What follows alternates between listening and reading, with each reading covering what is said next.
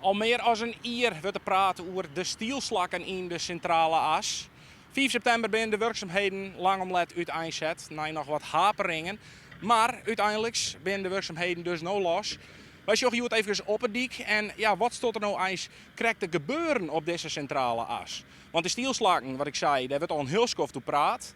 Maar uiteindelijk moet dat probleem echt opgelost worden. Het is vooral de uitdaging om de folie aan te brengen. Het is zogezegd eigenlijk een redelijk traditioneel werk. Hè. We verwijderen nu het asfalt, de fundering en het zand. En daar komt de folie dan tussen en dat is eigenlijk het meest technische deel. Die folie is net een laagje kuulenplastic, maar dat gaat om een serieuze beschermingslaag die het onder vast los worden moet. Dit oplossingsproject is een landelijke primeur. Om de stielslakken dwarsem en veilig aan te dekken is er een jaar lang onderzoek gedaan en binnen de tarriedings ook dubbelcheckt. Je moet zo voorstellen, 18 jaar is de dik ongeveer online. Destijds ik er Heijmans uiteraard. Vanuit een hele andere situatie, een heel ander team. Ik vanuit de provincie een heel ander team. Dus toen we hier begonnen, toen was het natuurlijk van belang om te weten wat de oorzaak is van het probleem. En als de oorzaak net terug hast, is de oplossing eigenlijk nooit goed worden. Dus wat wij van laten we zeggen, varkt hier, met verder van mijn gang was binnen, is om te zien van wat is hier nou aan de hand en hoe kunnen we dat op de beste manier tackelen. Dan heb ik testen en keuren laten en toetsen laten terug op boven met Vieskamer. We doen de goede dingen. Het is voor een periode van 100 jaar, dus het moet ik wel een duurzame oplossing wezen. Nou, die is ondersteund, dat is een positief advies. En daar houden we ons nou aan. Dus dat is het plan wat we uitvoeren hier. In eerste instantie zoen de werkzaamheden onder de dik al volle jaar eruit aanzetten. Maar door een aantal kinken in de kabel slagen dat net.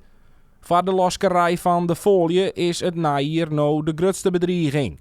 De grootste uitdaging is altijd dat je ook aantreft wat je verwacht. Hè? Dus dat is dat je gewoon je planning kan volgen. En verder is het weer blijft een uitdaging. Want als het regent, dan kan die lage folie niet gelast worden.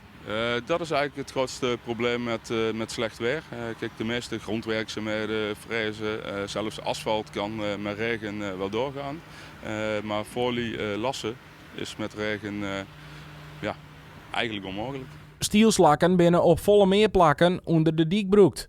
De kans is groot dat de oplossing, zoals die in de centrale as, aast ek op orenplakken in het land tapas worden zal. De centrale as zal in totaal 3 keer voor een aantal dagen helemaal afsluiten wezen. De rest van de tijd zullen automobilisten met 70 km in uur over de dik kennen. We beginnen een 2-0 systeem. Je kan altijd de centrale as voor de helft broeken. Ja, dat had een uitdaging voor de ondernemer en voor ons dat wij dus in een beperkte oppervlakte het werk uitvoeren moeten.